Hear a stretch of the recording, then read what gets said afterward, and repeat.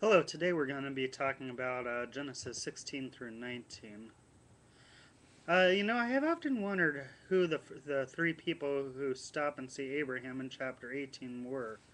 Uh, there were three of these people, one of which, is obviously God himself as it records. However, there were two others.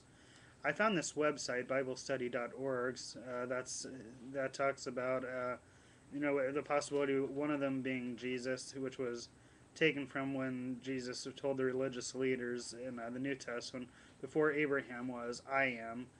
And it talks about how they showed up 3 days, and the same website says, this was about 3 days, this may have been about 3 days after Abraham was circumcised.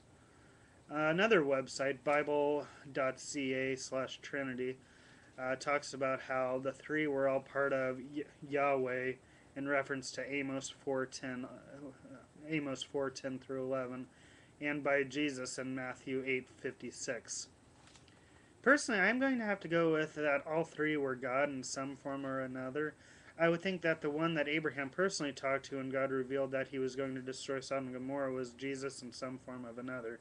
I would have to agree with the idea that at least one of them, if not the form that I just referenced, had to be Jesus, as Jesus said he personally knew Abraham in a few texts in the Gospels, like the one mentioned earlier where he said, "Before Abraham was, I am." Um, Chapter 19 brings up a few questions, so I will list them. In verses 6 through 8, why would Lot offer daughters to his daughters to the city? Why would Lot's wife look back in verse 26? And finally, in verses 31 through 38, why would Lot's daughters sleep with him? The first question seems so bad that a father would offer his daughters to be raped by the men of the city. However, one must also understand the culture that Lot was a part of.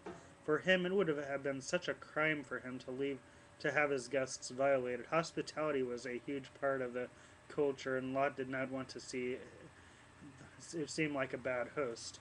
Refer back to when Abraham, previously had his three guests show up. If he was truly, had just been circumcised, it says he got up and told his wife, "We need to make some bread." I mean, hospitality was just huge back then. Another site, Carm.org, talks about um, how when travelers would come to the city and stay with a host, if they were treated good or bad, it was reflected on the entire city. So if they were treated bad, it basically meant the whole city was bad. Um,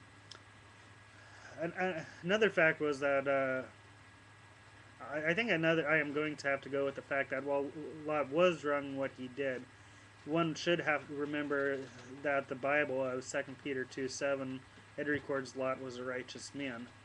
This may have been why he was saved. Could the bigger abomination have been if Lot had allowed the angels to be defiled, as this could have opened up what happened back in Genesis 6 with the fallen angels all over again? I would have to agree with the idea he was trying to be the best host of a city that was obviously morally corrupt, and God had decided to destroy it for a number of reasons. Perhaps the city's treatment of the angels that showed up being as I'm going to say, the straw that broke the camel's hump. The second question is, why did Lot's wife look back? This seems so harsh on one end of how all she did was turn around and she died. She basically turned into a pillar of salt. This, uh, it basically talks, another side, which I guess I forgot to mention. It's a website. But anyway, this isn't mine, I'm going to say, but a website I forgot to post. But it says that when Paul says to flee from such and such sin, this is a reference to when the angels told Lot and his family to flee from Sodom and Gomorrah, the city at the time that had the most sin and corruption. In Luke 17:32, Jesus even warns of not being like Lot's wife. She is one that we should remember in any case. Uh, Another site, stempublishing.com, talks about how she was indifferent. She was like the men that the daughters of Lot were betrothed to. His daughters were engaged to to some men, and he tried to get them out of the city too, but they just wouldn't leave. So maybe she was like them. They wanted to stay and die in their sin, and Lot's wife was not sure if she wanted to leave all the things her daughters lust after. So another thing that I was talking to someone about this who's done a little bit more research on Lot's wife. She actually mentioned how Lot's wife may have been from that city, so that maybe that was all she knew.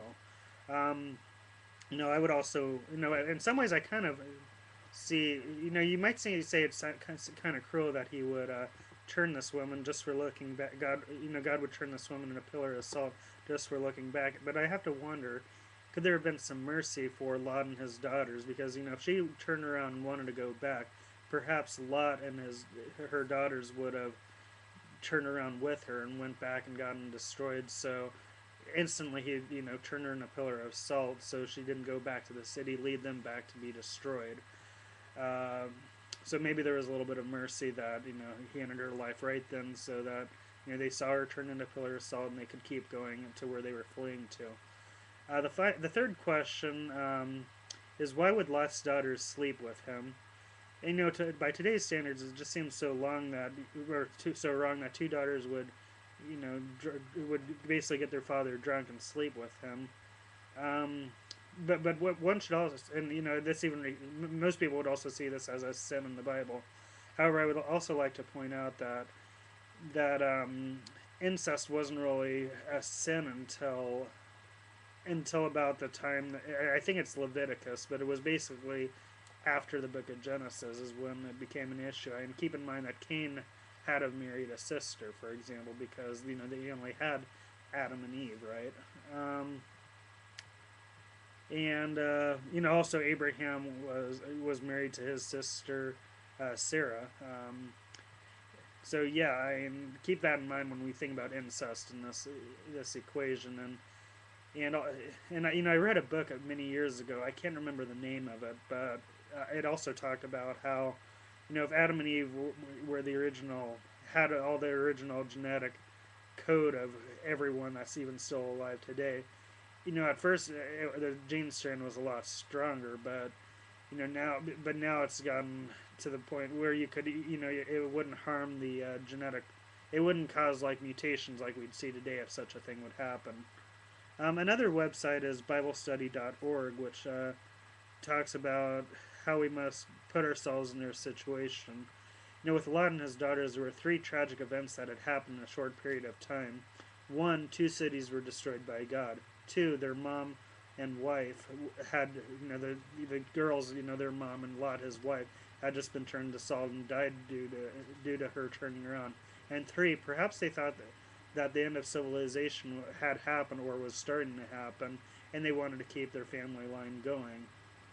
So anyway, while I'm not saying what the daughters did was right, as they basically got daddy drunk and raped him, we must understand their world had really been shaken, and